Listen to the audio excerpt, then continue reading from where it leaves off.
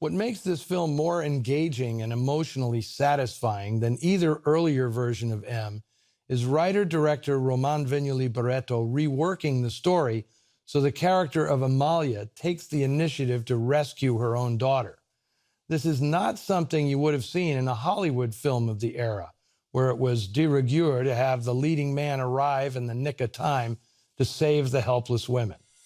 In El Vampiro Negro, the leading man, Dr. Bernard, played with icy arrogance by Roberto Escalada, is no hero. He's unscrupulous, unethical, and a hypocrite. I find the relationships between the characters far more interesting than in any other version of M, mainly because of the women. Olga Zubri as Amalia, Nelly Panizza as her friend Cora, Gloria Castilla as Senora Bernard, and a young actress with the stage name Gogo, playing Amalia's daughter. Gogo is actually Anna Marie Vignoli Barreto, the director's 8-year-old daughter, acting in only her second movie, both made by her father. Roman Vignoli Barreto was born in Uruguay, and while still in his teens, he earned international notoriety as a stage director in the nation's capital, Montevideo. A boom in Argentine film production in the late 40s led to his being coaxed to Buenos Aires to direct feature films. Vignoli Barreto was multi-talented and humble about it. On this film, he shares screenwriting credit with Alberto Echeverria, who was the cameraman on several of his films, although not this one. But in truth, Barreto wrote the whole thing.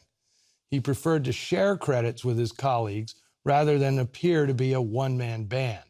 He made a number of acclaimed movies in the 1950s and early 60s, even though the Renaissance in Argentine studio filmmaking was short-lived. This was mainly due to economic stagnation following the military coup of 1955 and the greater prominence of imported Hollywood product into Argentina. Vignoli Barreto made 27 features between 1947 and 1966. They were lauded at home and won festival awards in Europe, but rarely were distributed in the United States. He worked increasingly in television, and in 1970 was named head of Argentina's largest TV network. The very day he got the job, he died peacefully in his sleep at only 56 years of age. Sadly, he didn't get to see how successful his children would become. Daughter Anna Marie never made another film. Instead, she became a respected doctor of both medicine and psychology. Youngest son, Raphael, is a superstar architect, and eldest son, Daniel, a noted visual artist. I am grateful to Daniel for providing me with most of the information I'm able to share about his father, including fascinating stories about how the climax of El Vampiro Negro was shot in the real sewers of Buenos Aires, using extras who actually were homeless people living beneath the city. Daniel's recollections of the making of El Vampiro Negro, he was 10 at the time, are included on the film's brand new Blu-ray publication from our partners at Flickr Alley.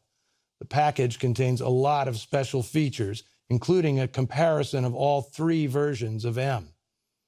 Now, if you enjoyed the rescue and restoration of this remarkable film, consider becoming a patron of the Film Noir Foundation. There are more obscure but exceptional films in need of rescue, ones made both here and abroad. To be honest, time is running out for us to find and preserve these movies before the original materials deteriorate past the point of salvation. Were it not for our film salvage commando unit, El Vampiro Negro may already have decayed into oblivion. You can learn more about our efforts and how you can contribute at filmnoirfoundation.org. Noir Alley returns to American soil next week for a film made late in the original noir era, 1959's City of Fear. Vince Edwards plays an escaped convict who steals a suitcase he thinks holds a stash of heroin. Instead, it contains enough radioactive material to contaminate all of Los Angeles. Another film inspired by Cold War fears and paranoia, something of a staple in the later stages of the film noir movement. Now, if you enjoyed this week's rarity, let us hear about it on the Noir Alley Facebook page and Twitter feed. Until next time, see you in the shadows.